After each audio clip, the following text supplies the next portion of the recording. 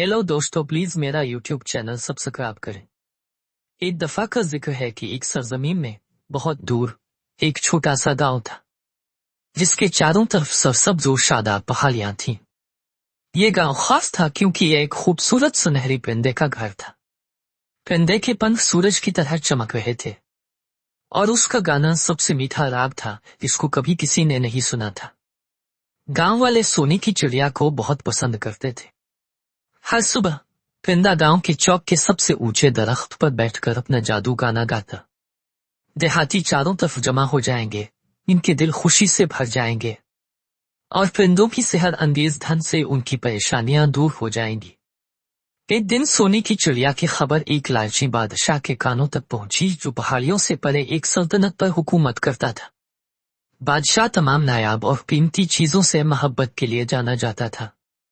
जब उसने सोने की चिड़िया के बारे में सुना तो उसने फौरन इसे अपने शाही मजमुआ के लिए चाहा। चुनांचे उसने अपने सबसे काबिल एतमाद नाइट सर रोलैंड को एक पैगाम के साथ गांव भेजा।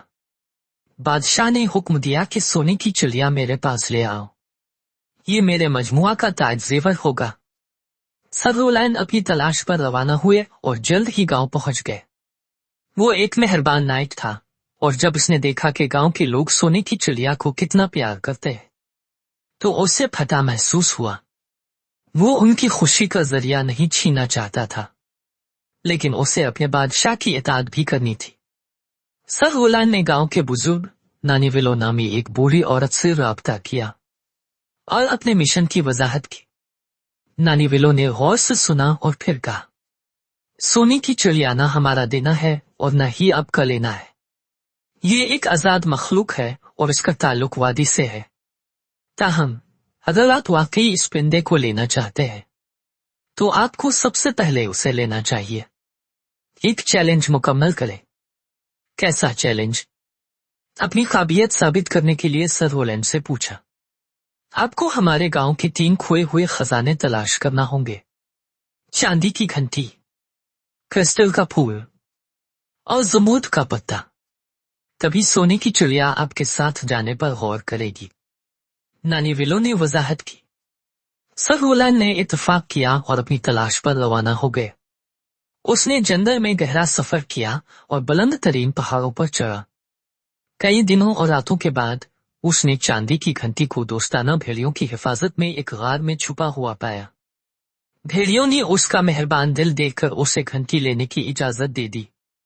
उसके बाद उसने एक पोशीदा गलीम का सफर किया जहां क्रिस्टल का फूल उगता था। गलीम को जादुई फायरफ्लाइज ने महफूज किया, जिन्होंने सर रोलैंड की बहादुरी का इम्तिहान लिया। उसने एक फंसे हुए हिरन की मदद करके उनका इम्तिहान पास किया और उन्होंने उसे क्रिस्टल का फूल तोहफे में दिया।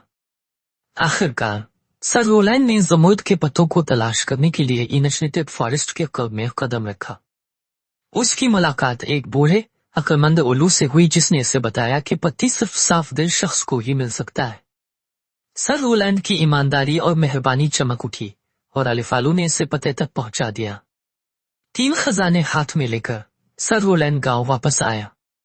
गांव वाले उसकी कोशिशों पर हैरान और शुक्रगुजार थे।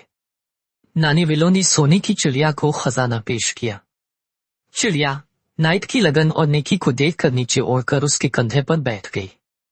लेकिन इससे पहले कि सर रोलैंड चले जाते, सुनहरी चिड़िया अपने गाने की तरह सुरीली आवाज में बोली, बहादुर नाइट, आपके दिल की पाकीज़गी साबित करने के लिए आपका शुक्रिया। मैं आपके साथ जाऊंगा, लेकिन सिर्फ इस सूरत में जब आप मुझे गांव वापस करने का वादा करें। हर सुबह ताकि मैं उन लोगों के लिए गा सकूं जो मुझसे मोहब्बत करते हैं। सर रोलैंड ने इत्तेफाक किया और वो बादशाह के महल में वापस आ गए। बादशाह सोने की चिड़िया को देखकर खुश हुआ, लेकिन हर शाम सर रोलैंड इस परिंदे को वापस गांव ले जाता।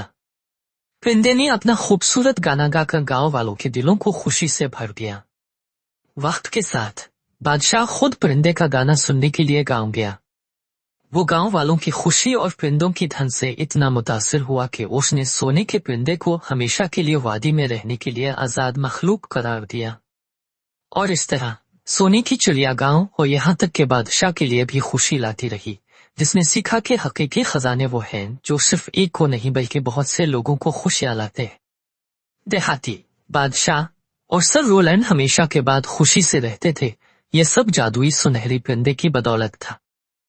हेलो दोस्तों, प्लीज मेरा यूट्यूब चैनल सब्सक्राइब करें।